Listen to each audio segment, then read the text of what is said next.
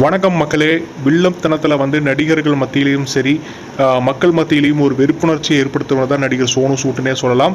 So அவர் ஒரு பேட்டியில் என்ன சொல்லியிருக்கிறாருன்னா, நான் 50 வயசை தாண்டின உடனே ஒரு வெஜிடேரியனாக மாறிட்டேன்.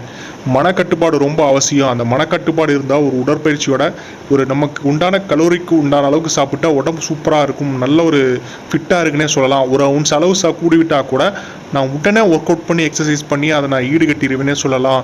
ஆரோக்கியமான உணவு, மகிழ்ச்சியான ஒரு மனநிலை, மைண்ட் செட்டு, நல்ல ஒரு ஸ்லீப்னஸ் அப்படிங்கிற மாதிரி இந்த 3 பழக்கங்கள், உணவு, மனநிலை, தூக்கம், இந்த 3 பழக்கங்கள் இருந்தாவே போதும், எப்பயுமே நீங்கள் உங்களை இளமையாக வச்சிருக்கலான்னே சொல்லலாம் அப்படிங்கிற மாதிரி அளவுக்கு நடிகர் சோனு சூட் சொல்லியிருக்கிறாரு. என்னதான் ஒரு சினிமாவில் ஒரு வில்லனாக நடிச்சிருந்தாலுமே நிறைய பேர்த்துக்கு நிறைய விதமான உதவிகளை செஞ்சு ஒரு ஹீரோவாக வாழ்கிறாருன்னே சொல்லலாம்.